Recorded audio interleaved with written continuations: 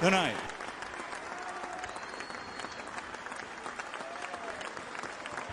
Ladies and gentlemen, let's get ready to rumble! Hey yo, Motherfucker, wie geht's dir so, Mann, Motherfucker? Mir geht's gut, Mann, danke. Etwas anderes, Mann, ich hab dir etwas sagen. Yo, Homeboy, lass zu, Mann, ja. Siehst du, wo wir sind? Wir sind am Strand, okay? Ja, Motherfucker, ich bin nicht zum Spaß hergekommen, ich bin hier am Messen.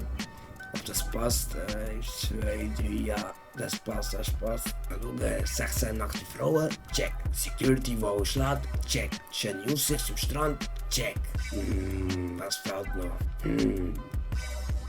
Keine Ahnung, check.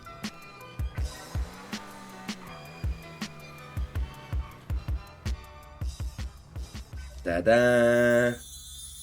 Wann ist der da? Daniel bauen. Grundstück gekauft, abgerissen, alles nochmal neu bauen.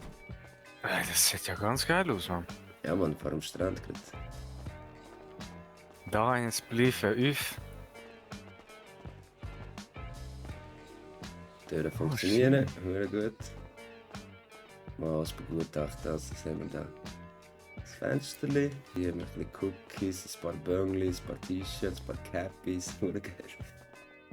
Jetzt noch hinten. Minibar. Etwas Lagerli. Gelddetails. Schöne Wand. Ein kleines Büro. Chillroom. Damn. Stabil, Mann. Kann man da spielen? Schade.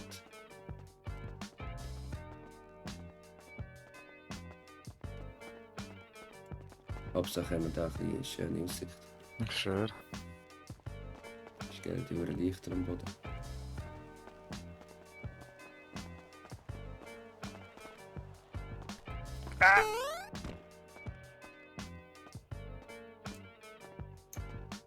Das sieht sexy aus hier, ne? Fernsehen, richtig und wichtig. Ja, Mann. Das ist wirklich wichtig. Sofort die Playlist abspielen, warte.